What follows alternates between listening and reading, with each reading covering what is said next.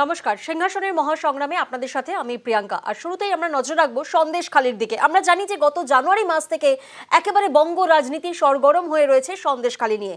আর এবার প্রশ্ন উঠছে, পাশা বদলে নিরাপত্তার অভাব। কারণ এবার তো নিরাপত্তার দাবি সন্দেশখালির মহিলাদের একাংশের।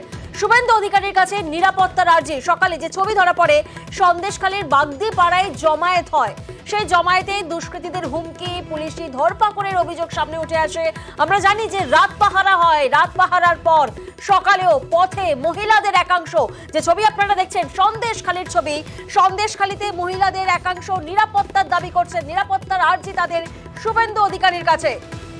পুলিশি ধরপাকড়ের যেমন অভিযোগ রয়েছে, তেমনি অভিযোগ রয়েছে দুষ্কৃতীদের হুমকির। আর এবার রাত পাহারার পর সকালেও পথে মহিলাদের একাংশ নিরাপত্তার দাবিতে সরব বিক্ষোভকারীরা।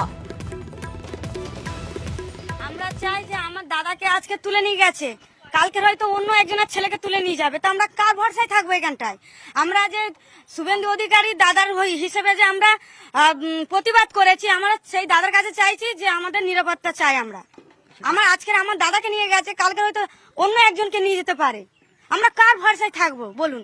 তারই জন্য আমরা ছেলেদের কারো বাড়ি নেই, আমরা নিজেরাই রাস্তায় বসে আজ ছেলেদেরকে, আমাদের বাচ্চাদেরকে নিয়ে আমরা পাহারা দিচ্ছি আমাদের নিরাপত্তা। দিন কেটে গেল, দলের কেউ যোগাযোগ করেছে?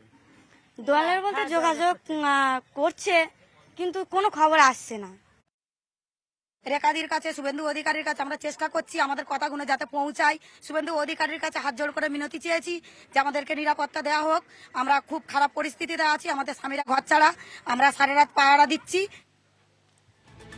একদিকে যখন নিরাপত্তার দাবিতে সরব বিক্ষোভকারীরা, তখন অন্যদিকে আজ সকালে সন্দেশখালির বাগদিপাড়ায় যান বসিরহাটের বিজেপি প্রার্থী রেখা পাত্র। তার দাবি বিজেপি আন্দোলনকারীদের পাশে আছে।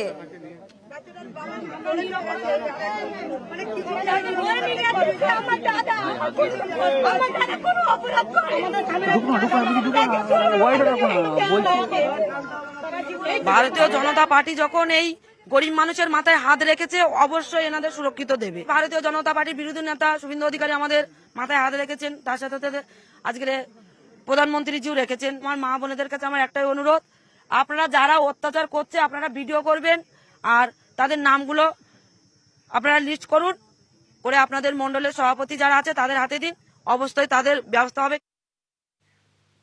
বসিরহাটের বিজেপি প্রার্থী রেখা পাত্র তিনি যেমন বাগদিপাড়ায় যান, তখন অন্যদিকে সন্দেশখালী যান বিজেপি নেতা ফাল্গুনী পাত্র। সন্দেশখালীর মহিলাদের আশ্বস্ত করার চেষ্টা বিজেপির।